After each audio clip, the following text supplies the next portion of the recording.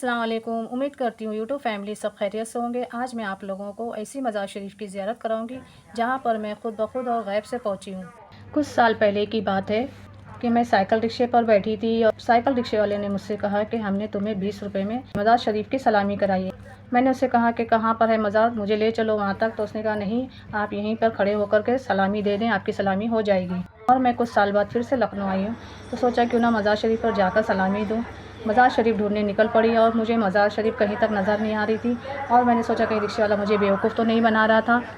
तो मैंने एक शख्स से पूछा तो उसने बताया मुझे कि उस तरफ आप चले जाओ, वहाँ पर मज़ार है। और मैं स्टेशन के अंदर गई तो मैंने देखा कि हर तरफ प्लेटफॉर्म है, स्टेशन है, पटरियाँ हैं, लेकिन मुझे मज़ार कहीं दूर तक नज़र नहीं आ रही थी। आखिर में मज़ार मुझे नज़र आ गई और मैं हैरान हो गई क्योंकि मज़ार शरीफ मैंने जो थी यूट्यूब पर देखी थी और वहाँ जाने के लिए मैं सोचने लगी कि किस तरह से वहाँ तक का रास्ता पार करूँ। कहाँ जाना था, कहाँ आ गए?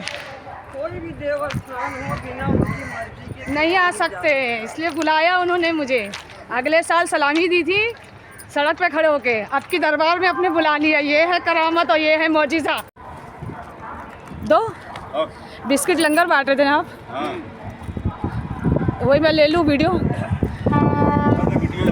नहीं बना रहे हैं, किसी को देना चाहिए तो वीडियो नहीं बनानी। तो आप दे रहे हो ना, दूसरा कोई दिखा रहा है कि बाबा के चाहने वाले लंगर बांटते रहते हैं। दे दो, उधर दे दो।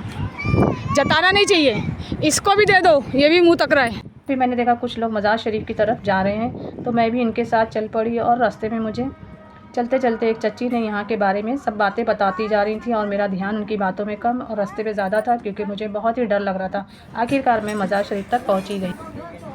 और आप लोग अगर यहाँ पर आते हैं तो बहुत ही ध्यान और एहतियात के साथ आए क्योंकि यहाँ का रास्ता बहुत ही ख़तरनाक है और जब ट्रेन निकल जाए तभी आप रास्ता यहाँ का पार करें। मुझे यहाँ पहुँचकर बहुत ही खुशी हो रही थी क्योंकि मैं बहुत खुश थी और यहाँ पर खुद ब खुद आई हूँ, मुझे कुछ भी यहाँ के बारे में मालूमात नहीं थी। ये है दरगाह और ये है ट्रेन। ये देखो, ये दरगाह।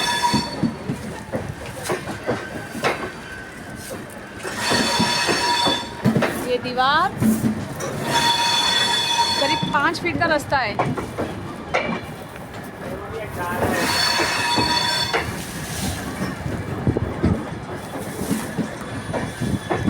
हक हुसैन मौला हुसैन, हम हुसैन वाले हैं। करबला करबला हमारा है। हक हुसैन मौला हुसैन, करबला हमारा है, हम हुसैन वाले हैं। दम मदार बेड़ा पार, दम मदार बेड़ा पार। ठीक है, मैं यहाँ गैब से पहुँची हूँ, गैब से। मुझे कुछ नहीं पता था। आशिकों को ये बुला लेते हैं, चाहने वालों को बुला लेते हैं। ये सरकार, ये मेरे सरकार का दरबार है। ये सच्चे आशिक रसूल हैं। समझे? आप हुसैन मौला हुसैन।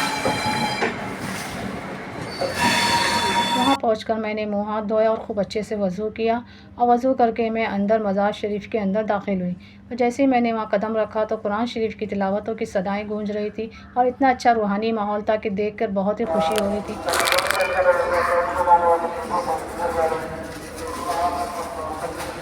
खामोश और सुकून के साथ आप भी अंदर आएँ और सलामी दें।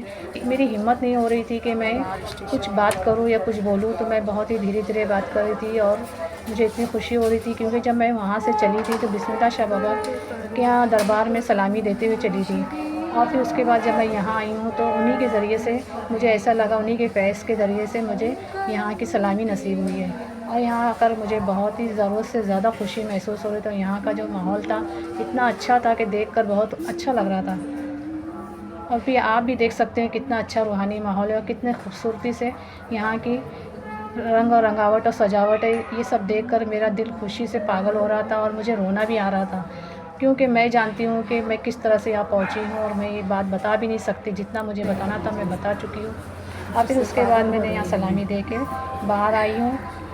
मुझे बिस्मिल्लाह शाह बाबा ने भी दी। एक बात मैं आप लोगों से बताना चाहूँगी कि अंग्रेज़ की वजह से हम लोगों को बाबा की ज़ियारत नसीब हो रही है क्योंकि वो डेवलपमेंट के नाम पर ट्रेन की पटरियाँ बिछा रहा था और वो रात में उखड़ जाया करती थी।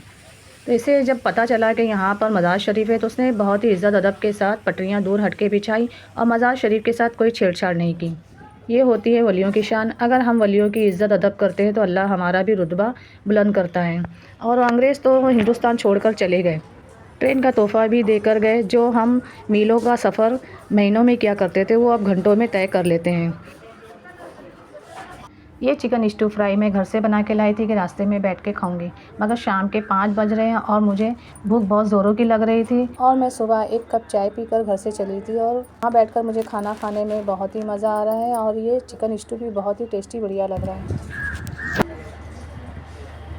तुमने तो वीडियो बनाया ही नहीं। वाला दबाना है ना बीच में। उंगली वाले रखो, बीच वाले बटन में उंगली मत रखो। आंटी का फोटो बना लो ऐसे, हमारा पोता दिखेगा। ठीक है, बटन दबाए। हम दबा देंगे।